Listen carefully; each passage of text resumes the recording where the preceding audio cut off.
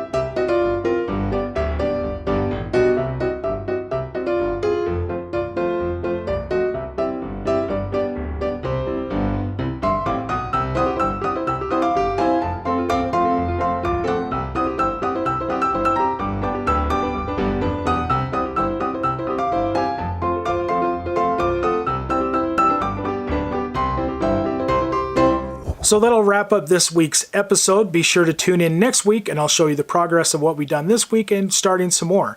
So if you like this video, give me a thumbs up and leave a comment below if you have any questions. If you haven't done so already, hit the subscribe button and the bell icon so you can be notified of new videos that come out. And I'm John with lifeonourhomestead.com. Until I see you next time, go enjoy your garden or maybe your indoor greenhouse.